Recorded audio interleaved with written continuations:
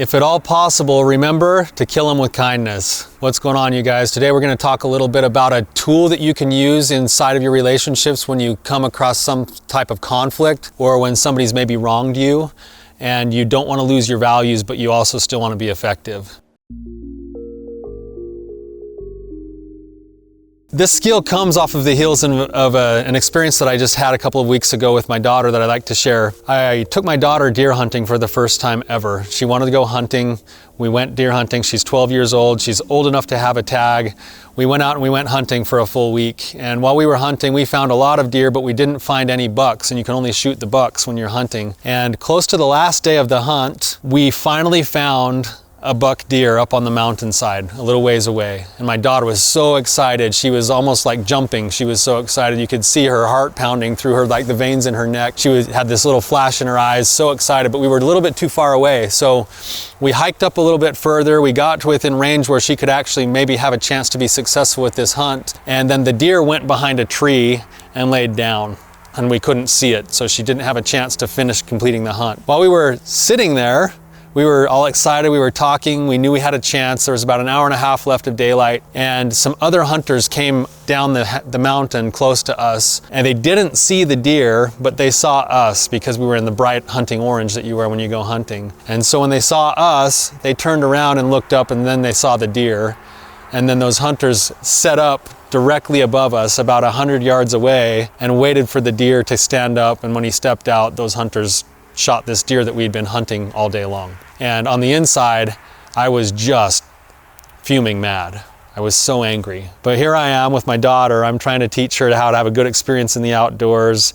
I'm trying to teach her to live a moral kind of code of life. And she's just witnessed this deer that she's been hunting get taken from her by some other hunters. Now, what the hunters did wasn't necessarily illegal, but it was definitely what you would consider not good etiquette inside the hunting world. They basically set up right in front of somebody else who had already been there, and then they took that opportunity for my daughter. So my daughter sees this deer die. It rolls to the bottom of the hill. We're pretty close to it. And I said, "Do you want to go see it? Since we hunted it, you might as well see the finished product." And she said, "Yeah, Dad." So we walked around to where the deer was at and the hunters were there.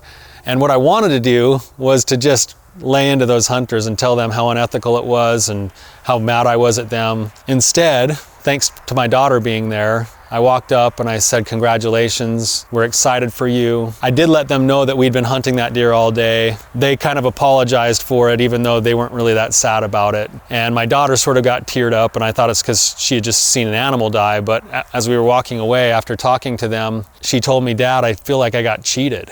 And I said, "You did. You did, Paisley. What those guys did was not the right thing to do." But we can be kind to people.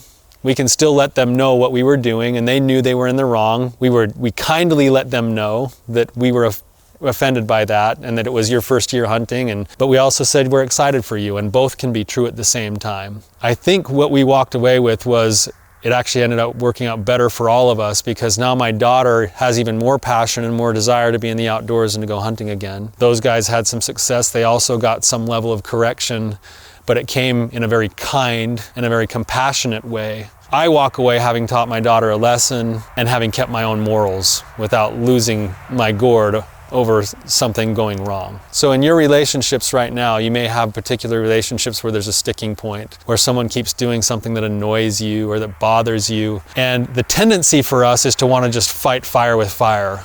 We either want to just completely disappear, or we want to actually go and have conflict with somebody because it kind of feels good to have conflict. And I'm not opposed to that sometimes because it just kind of feels good to stand up for yourself. But to be effective in relationships, we can sometimes pause, use a skill called the half smile skill, where we just kind of touch the tip of your tongue to the roof of your mouth and put a little bit of a smile on your face, soften those muscles in your face, and then think about how are you going to be effective at two things: conveying the message that you need to convey while still keeping your morals and values.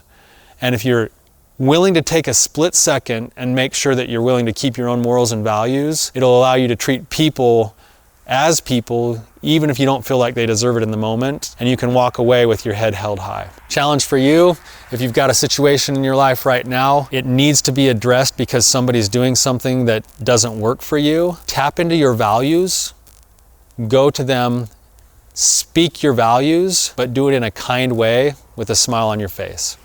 You guys have a great day. Thank you so much for being here with me. If you found this to be valuable for you, please hit the like and subscribe button. If you're facing particular struggles that you need help with or roadblocks that you're running into, please submit a question. I'd be happy to answer it for you.